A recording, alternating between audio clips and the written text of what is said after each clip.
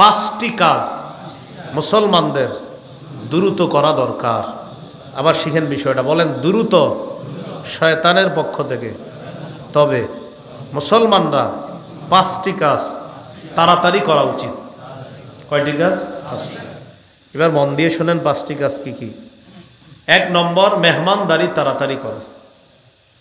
2 নম্বর, মৃত ব্যক্তিকে দ্রুত দাফন করা। 3 নম্বর, কুমারী মেয়ের দ্রুত বিয়ের ব্যবস্থা করা। 4 নম্বর, দ্রুত ঋণ পরিশোধ করা। 5 নম্বর, গুনাহ থেকে দ্রুত তওবা করা। তাহলে প্রথম থেকে বলি আমরা, মূলত দ্রুত কিছু করাটা কার কাজ? শয়তানের। কিন্তু 5টা দ্রুত কাজ কাদের করতে হবে? মুসলমানদের। এই 5টা কাজ ছাড়া অন্যান্য কাজে দ্রুত করা যাবে না। 5টা কাজ আপনি আমাদের দ্রুত করতে হবে।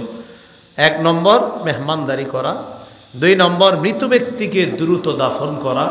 3 নম্বর, কুমারী মেয়ের দ্রুত বিয়ের ব্যবস্থা করা। 4 নম্বর, দ্রুত ঋণ পরিশোধ করা। 5 নম্বর, গুনাহ থেকে দ্রুত তওবা করা। মনে থাকবে তো ইনশাআল্লাহ? আল্লাহ মনে রাখার তৌফিক দান করেন। বলেন আমার সাথে, 4টি বিষয়ে মুসলমানদের অলসতা করা উচিত নয়। এখন শিখছি 5টা দ্রুত কাজ করতে হবে, এখন শিখবো 4টা কাজে অলসতা করা উচিত নয়। লোকমান হাকিম বলেন 4টা কাজে মুসলমান অলসতা করা উচিত নয়। 1 নম্বর, মেহমানদারি করা। এই কাজে অলসতা করা যাবে না। কোন কাজে? এটাতে অলসতা করা যাবে না। 2 নম্বর, বাবার সম্মানে আসন ছেড়ে দেওয়া। এটাতে অলসতা করা যাবে না।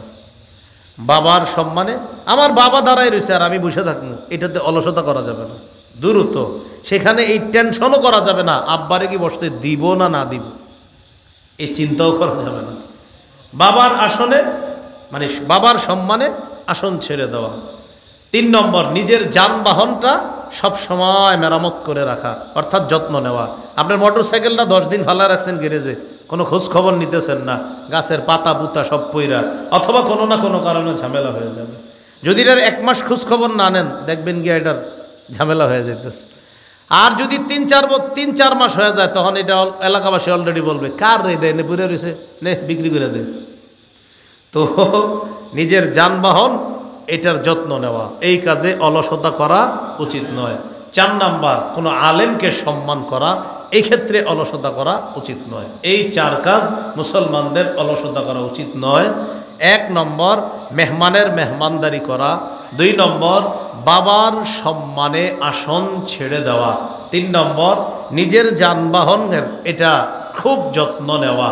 4 নম্বর, কোনো আলেমকে সম্মান করা। আর কয়টা কাজ জানি দ্রুত করতে হবে মুসলমান?